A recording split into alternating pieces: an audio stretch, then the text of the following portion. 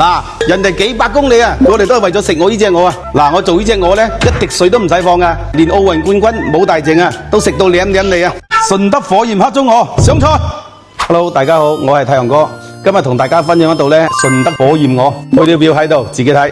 咁我而家手上揸住呢隻咧就係清遠黑中鵝，咁咧揀鵝都好有講究嘅喎。咁我哋今日揀咗一隻咧湯乾淨，大概6斤重左右嘅。開波喐佢！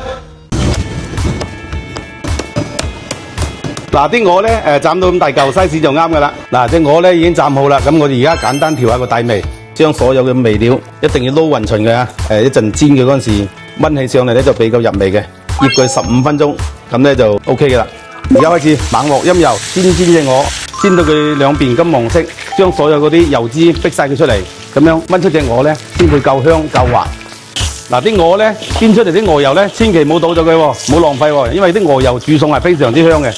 鵝已經煎好啦，咁我哋而家換隻鑊嚇，我哋加啲鵝油落去，然之後我哋將嗰啲薑爆香佢，再加埋啲乾葱。嗱，我哋而家將啲煎好嘅鵝倒落去。嗱，隻鵝咧已經炒香咗啦，咁我而家咧將自己調好嘅秘製醬料加埋落去。鵝咧炒到咁上下啦，咁咧我哋要放埋啲冰糖落去，因為啲燒酒咧佢會有一種酒味喺度，加啲冰糖落去磨翻隻味咧就非常之 good 噶啦。仲有我哋15年嘅陳皮放一塊落去，咁咧就放埋我哋今日嘅主角，嗱，放一啲順德好朋友落去，一隻鵝一支燒酒咧就啱啱好嘅。而家開始點火，紅紅火火啊！食完之後鴻運當頭，冚蓋燜佢40分鐘，跟住啲火一熄咧，隻鵝就食得噶啦。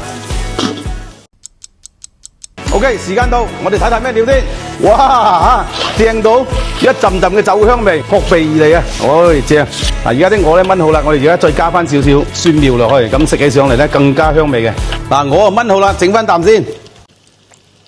哇，正到冇得輸啊！好有鵝香味啊，入口清甜，酒香濃郁。呢個菜咧，一年4季都啱食嘅，還原最經典嘅順德味道。順德火焰鵝，食完紅紅火火。想了解更多順德飲食文化，記得關注我。